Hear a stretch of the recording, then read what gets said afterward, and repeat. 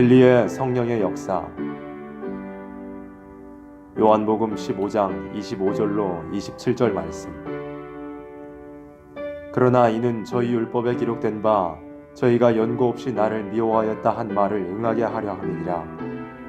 내가 아버지께로서 너희에게 보낼 보혜사 곧 아버지께로서 나오시는 진리의 성령이 오실 때에 그가 나를 증거하실 것이요 너희도 처음부터 나와 함께 있었으므로 증거하느니라. 서론. 성령은 하나님께서 말씀대로 역사하기 위하여 보내는 영이므로 진리의 영이라고 한 것이다. 진리의 영의 역사라는 것은 어떠한 것인지 주님은 분명히 가르쳐 주었다. 우리는 영계를 진리에 의해서 분별하는 것 외에는 함부로 말할 수가 없다는 것을 알아야 할 것이다. 이제 진리의 영의 역사에 대한 주님의 교훈을 찾아보기로 하자. 첫째, 진리의 성령이 와야 할 이유. 요한복음 16장 7절 말씀. 그러나 내가 너희에게 실상을 말하노니 내가 떠나가는 것이 너희에게 유익이라. 내가 떠나가지 아니하면 보혜사가 너희에게로 오시지 아니할 것이요 가면 내가 그를 너희에게로 보내리니. 하나님이 성령을 보내는 것은 예수님이 승천함으로 보낸다는 것이다. 예수님이 세상에 와서 역사한 것은 성령을 만민에게 부어줄 수 있는 일을 이루어 놓기 위한 것이었다. 십자가의 피와 부활의 승리가 없다면 성령은 와서 역사할 수가 없다. 십자가의 피를 믿고 부활의 생명을 받은 자에게 성령은 역사하기 때문이다. 세밀히 말하자면 성령은 천국의 건설을 위하여 인격을 이루어주는 선물적인 역사를 하는 것이다. 성령은 십자가의 피를 믿는 사람에게 선물로 주는 역사를 하고 있다. 둘째, 책망하는 역사. 요한복음 16장 8절로 9절 말씀. 그가 와서 죄에 대하여 의에 대하여 심판에 대하여 세상을 책망하시리라. 죄에 대하여라 함은 저희가 나를 믿지 아니하며. 성령은 조금이라도 불의를 용납할 수 없이 책망을 하고 있는 것이다. 이 책망은 사랑하는 자에게 있는 것이다. 예를 들면 소망이 있는 자식을 더 책망하는 부모의 사랑과 같은 사랑의 신의 역사이다. 셋째, 진리로 인도하는 역사. 요한복음 16장 13절 말씀.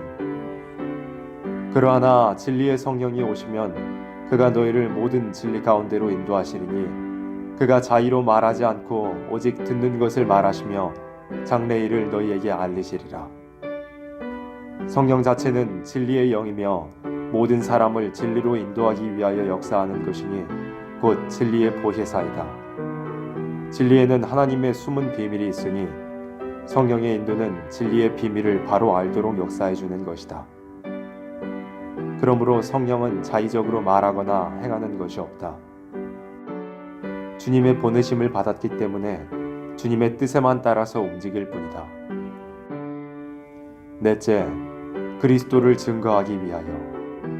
요한복음 15장 26절 말씀. 내가 아버지께로서 너희에게 보낼 보혜사 곧 아버지께로서 나오시는 진리의 성령이 오실 때에 그가 나를 증거하실 것이요. 만일 성령의 역사가 아니라면 그리스도를 바로 신앙할 자는 없을 것이다. 성령의 증거로 말미암아 그리스도를 바로 알도록 하고 또는 그를 위하여 목숨을 바치고 증거하도록 역사해 주는 것이다.